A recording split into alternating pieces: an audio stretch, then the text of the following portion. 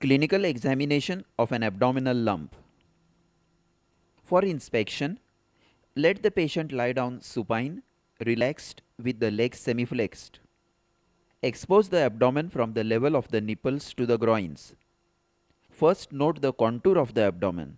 Is it scaphoid, normal or distended? To inspect the contour, imagine a line from the tip of the xiphoid process to the pubic symphysis as demonstrated by this ruler.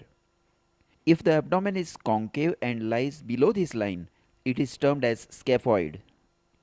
If it is more or less along this plane, it is flat or normal. And if it is above this plane and convex, it is termed as distended or protuberant. If the abdomen is distended, note whether the distension is uniform or is it more in one area or to one side. For this, compare the symmetrical areas on both sides of the midline for fullness. Inspect the lateral borders of the flanks whether they are distended or concave. Note the distended right flank compared to the normal left flank which is concave. And later in sitting position, we will inspect the renal angles for fullness. Note the renal angle fullness on the right side in this case of a right renal lump. Now inspect the skin over the abdomen for redness, scars, striae, branding marks, nodules and dilated veins. Redness over a lump suggests local inflammation. Redness of skin around the umbilicus in an acute abdomen suggests acute hemorrhagic pancreatitis, termed as the Cullen's sign. Branding marks usually suggest presence of chronic or long-standing pain. Hard subcutaneous nodules, as seen in this case of carcinoma of stomach, indicate secondary spread of the malignancy to the skin. Dilated veins around the umbilicus with centrifugal flow suggest portal hypertension with caput medusae, while vertical femoroaxillary veins are seen in vena cava obstruction. If there is a scar of previous operation, ask the details about the nature of the previous operation. The scar itself will tell us many things. For example, this scar at the McBurney's point is of appendicectomy. This scar under the right costal margin is of cholecystectomy. This scar is of suprapubic cystolithotomy or prostatectomy. This scar is of a kidney operation. Now note the widening of this scar in the central part. A ragged wide scar suggests wound infection after the previous operation. After inspecting the skin, inspect the umbilicus. Is the umbilicus in the center? Normally, it is in the midline, midway between the tip of the xiphoid process and the top of the symphysis pubis. It is displaced upwards by the lumps arising from the pelvis. Note here that the distance between the xiphoid process and the umbilicus is less than the distance between the umbilicus and symphysis pubis. In ascites, reverse is the case. The distance between the xiphoid process and the umbilicus is more than the distance between the umbilicus and symphysis pubis. This is Tenniol's sign.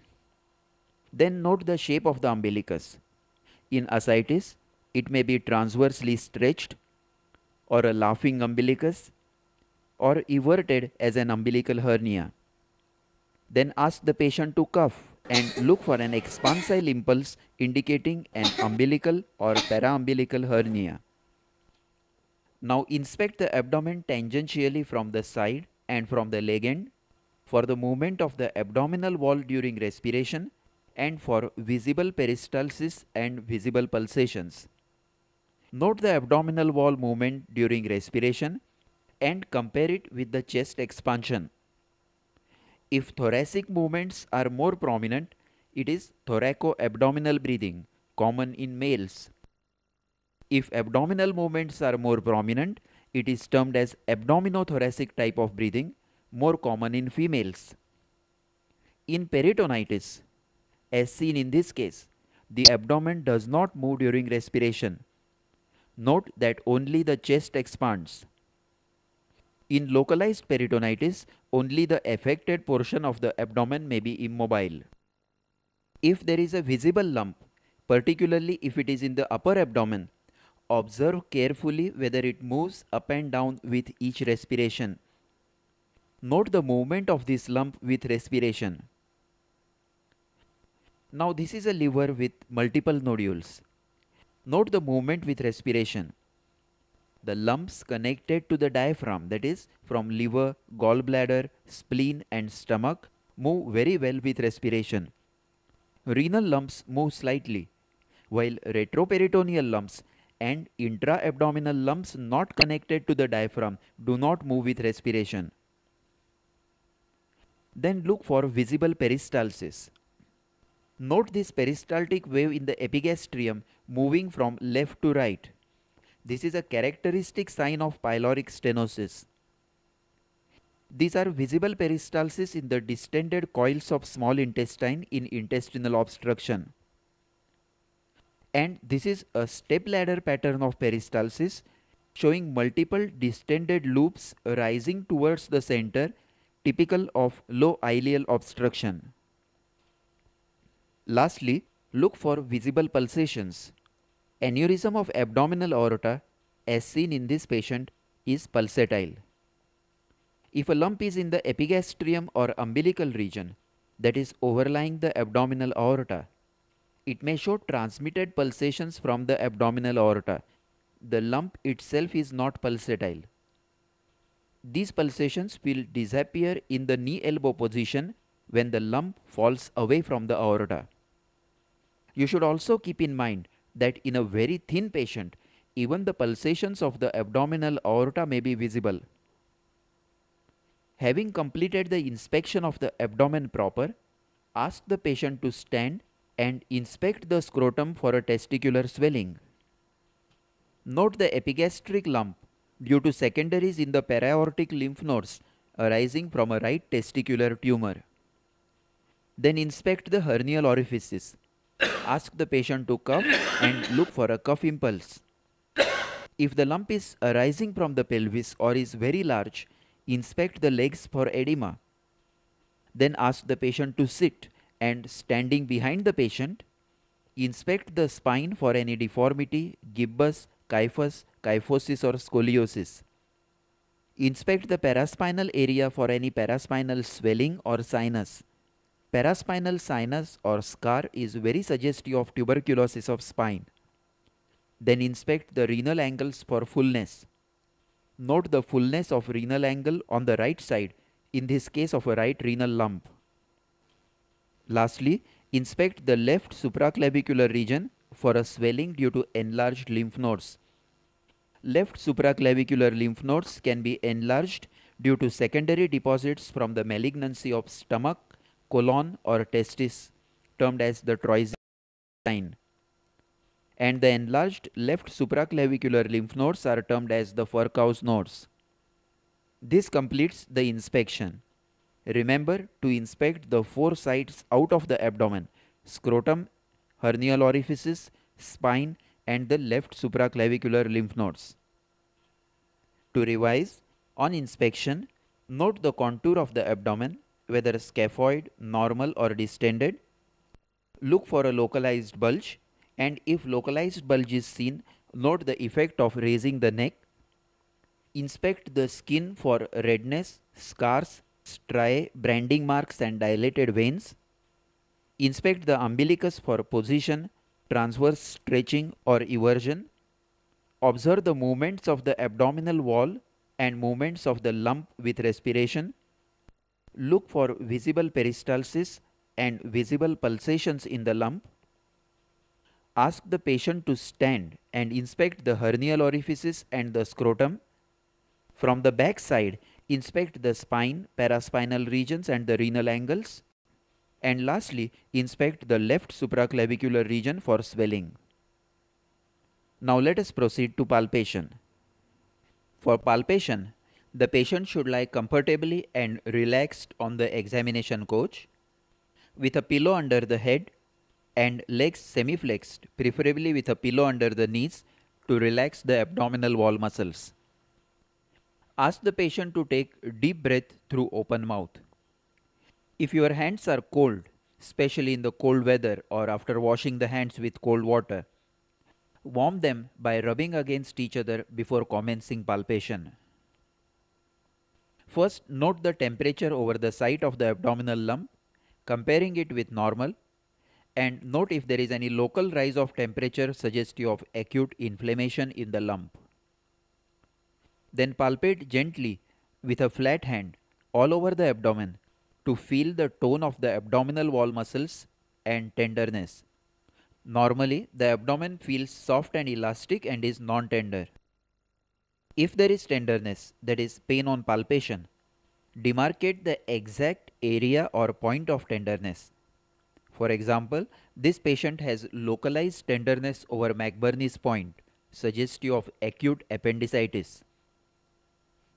Then note the presence of guarding and rigidity. If, as you press over the abdomen, the wall muscles contract and the wall becomes firm and non-elastic, the reflex phenomenon is termed as guarding. Note the soft abdomen on the left side and the reflex muscle contractions or guarding on the right side. If the muscles are in a state of sustained contraction, even when you are not palpating, it is termed as rigidity.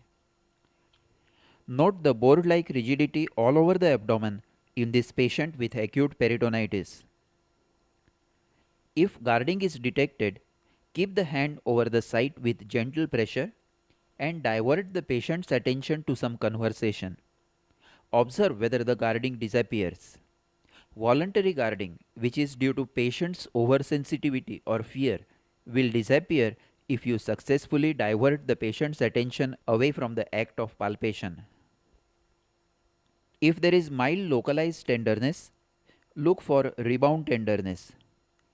Palpate the tender area with a flat hand and slowly press down the hand, pressing deeper with each expiration. Now withdraw the hand suddenly. If the patient gets acute pain on withdrawal of the hand, it is termed as rebound tenderness. It indicates inflammation of the parietal peritoneum due to underlying inflamed organ. Note the acute pain on withdrawal of the palpating hand. In presence of intestinal obstruction, rebound tenderness suggests strangulation. Now let us proceed to deep palpation.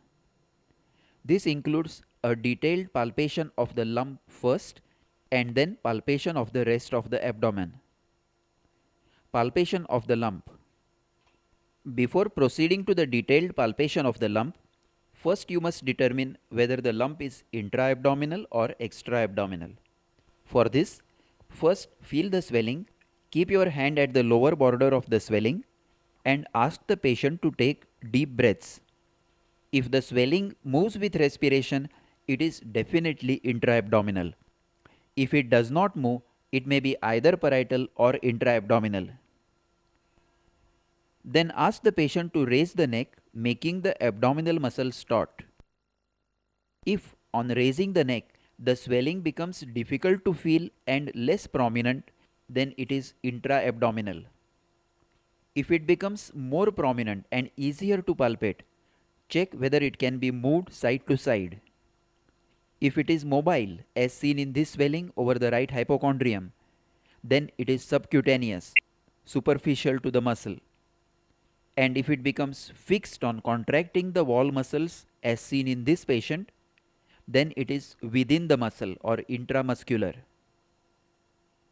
If the lump is situated laterally, the muscles are made taut either by asking the patient to raise the legs to 30 degrees without bending the knees or by Valsalva's maneuver. Now proceed to palpate the lump in details. First, identify the borders of the lump. Measure its size in centimeters using a measuring tape. Then note its location in relation to the quadrant involved and in relation to the costal margin, umbilicus, anterior superior iliac spine or symphysis pubis. Then note its shape, surface and margin. A well-defined margin suggests neoplasm, while an ill-defined margin is a feature of an inflammatory swelling. Then note the consistency of the swelling, whether it is soft, cystic, firm or hard. The consistency may be uniform throughout the swelling or it may be variable, that is different in different parts of the swelling. If the swelling is cystic, test for fluctuation and fluid thrill. If the swelling is in the lumbar region, palpate bimanually to feel the exact size and consistency by feeling it between the two hands. If the swelling is in the right or left hypochondrium, check whether it extends under the costal margins and whether the fingers can be insinuated between it and the costal margin. Note how fingers can be insinuated between the right costal margin and a right renal lump. Now test the mobility of the swelling. If the swelling is in the upper half of the abdomen, check the movement with respiration, which we have already studied. Then hold the swelling between the fingers of both hands and try to move it vertically and horizontally. If it is mobile, look for restriction of movement in any direction. For example, a mesenteric cyst is freely mobile at right angles to the attachment of mesentery, but less mobile in the line of attachment of mesentery. While an ovarian cyst is mobile in all directions, vertical as well as horizontal. If the swelling is in the flanks, palpate it bimanually and test for anteroposterior mobility and ballotability. Keep the right hand over the anterior abdominal wall in the lumbar region and place the left hand in the loin with the tips of the fingers reaching the renal angle. Now palpate with both hands simultaneously and try to move the swelling anteroposteriorly. If it is mobile and not touching the anterior abdominal wall, test for ballotability. Keep the anterior hand very gently over the lumbar region and give a sudden forward push to the swelling with the posterior hand. If the mass touches the anterior hand and falls back, it is termed as ballotable. Only renal lumps are ballotable. Lastly, test whether the lump is pulsatile. If the lump is pulsatile, place two index fingers over two sides of the swelling as far apart as possible and note the pulsations. Note that in this case, the fingers move up and away from each other. That is, this is an expansile pulsation diagnostic of aneurysm of aorta. While in the second case, the fingers move only upwards. This is a transmitted pulsation due to the swelling lying over the aorta. If in doubt, place the patient in knee elbow position and then feel for the pulsations. Transmitted pulsations will disappear as the swelling will fall away from the aorta, but an aneurysm will continue to pulsate. Note the pulsations felt in knee elbow position in this case of aneurysm of abdominal aorta. Now we proceed to palpate the rest of the abdomen. Palpate for enlarged liver, spleen and kidneys, and if any of them are palpable or are located close to the lump, note their relation to the lump. To palpate for the liver, start palpating in the right iliac fossa along the midclavicular line with the fingers parallel to the liver border, exerting moderate pressure during expiration. Wait to feel the lower border as it descends during deep inspiration. If it is not felt, move the hand up by 1 centimeter and palpate again till you reach and feel the liver border, or you reach the right costal margin and liver is not palpable. If liver is palpable, note its size, border, surface, consistency and tenderness. Then palpate for the spleen from the right iliac fossa towards the left costal margin with fingers parallel to the left costal margin. If spleen is palpable, note its size in centimeters from the left costal margin. Then palpate the anterior border for splenic notch and note that the fingers cannot be insinuated under the costal margin. If spleen is not palpable, then turn the patient to his right side, place the left hand firmly over the left lower chest, Dip the right hand under the right costal margin and ask the patient to take a deep breath. A just palpable spleen hiding under the costal margin will be felt by this method. Then palpate bimanually in both lumbar regions for renal lump. If the abdomen is very thin, lower pole of the right kidney may normally be palpable. Next, palpate the rest of the abdomen for any abnormality. Look for colonic tenderness in the flanks and intercostal tenderness over the lower chest on both sides. Then palpate the scrotum, looking for testicular tumor. Test for presence of testicular sensations. Note the right testicular swelling in a patient who presented for an epigastric lump. Make the patient stand and palpate over the hernial orifices and ask the patient to cough, feeling for a cough impulse and hernial swelling. If the lump is arising from the pelvis or from the retroperitoneal space or is so large as to compress the inferior vena cava, then examine the legs for edema due to compression of the veins or obstruction to the lymphatics. Then examine the back. Palpate the spine for deformity and tenderness. Look for renal angle tenderness. And lastly, palpate the supraclavicular fossa from behind, particularly on the left side for Furchow's lymph nodes. To revise, on palpation, first conduct superficial palpation to detect warmth and tenderness.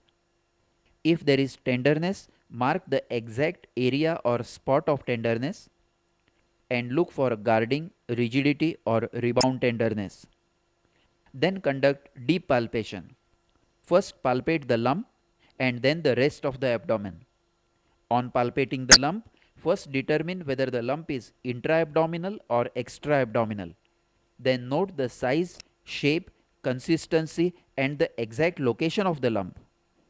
If it is in the lumbar region, do bimanual palpation and test ballottement. And lastly, test for mobility and pulsatility. Then palpating the rest of the abdomen, palpate for the liver, spleen and the kidneys. Note the relation of the lump to these organs. Look for tenderness over the colon, lower intercostal spaces and the renal angles. Lastly, palpate the scrotum, the hernial orifices, the back and the left supraclavicular nodes. Now let us proceed to percussion. First, percuss over the lump. A solid swelling will give a dull note on percussion. But if the swelling is retroperitoneal or deeply located, coils of intestines may overlie the swelling and a resonant note may be obtained, as in case of a renal lump. If the swelling is in the upper abdomen, note whether the dullness over the lump is continuous with the liver dullness and splenic dullness. Percuss for the upper border of liver, then the lower border, and note the liver span. Confirm the mobility of the diaphragm by tidal percussion. Then percuss for spleen in the left ninth intercostal space from the posterior axillary line forwards. If spleen is enlarged, the dullness will extend beyond the mid-axillary line. If a renal lump is suspected, percuss posteriorly in the loin, just lateral to the erector spinae.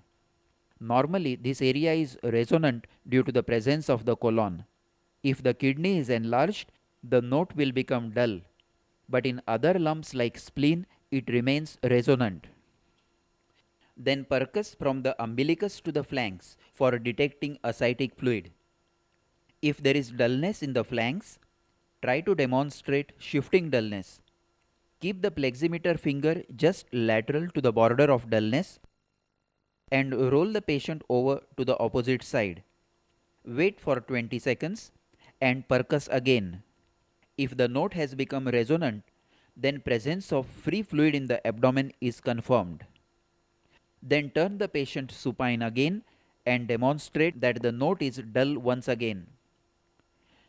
If the dullness extends to both flanks and suprapubic regions as seen in this case, it is termed as horseshoe shaped dullness. If there is a large ascites or a large cystic lump, percuss for fluid thrill.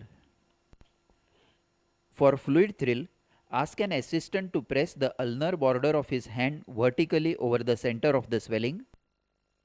Keep your left hand gently over one side of the swelling and tap the opposite side with the right hand. If the swelling contains fluid under tension, the palpating hand will feel a thrust after a small delay or time gap following the tap. This is termed as fluid thrill. Observe in slow motion the percussion wave traveling across the abdomen to the palpating finger. This is the fluid thrill. If the swelling is suspected to be a hydatid cyst, try to elicit hydatid thrill or the after thrill. Place 3 fingers of the left hand spread out over the swelling and percuss gently over the middle one. A peculiar quivering sensation or after thrill will be felt by the lateral fingers due to the displaced daughter cysts hitting the wall of the swelling. After percussion, auscultate carefully over the abdomen for abnormal sounds and peristalsis. If the lump is pulsatile, auscultate over it first for a bruit. Auscultate over the abdominal aorta and then over the renal arteries for bruit. If the liver or spleen is enlarged, auscultate over them for hepatic rub and splenic rub during deep inspiration. Auscultate in the periumbilical area and the right iliac fossa for peristalsis. Tinkling sounds will indicate intestinal obstruction. Lastly, always perform the perrectal examination and in female patients a pervaginal examination. This completes the clinical examination of a case of intra-abdominal lump.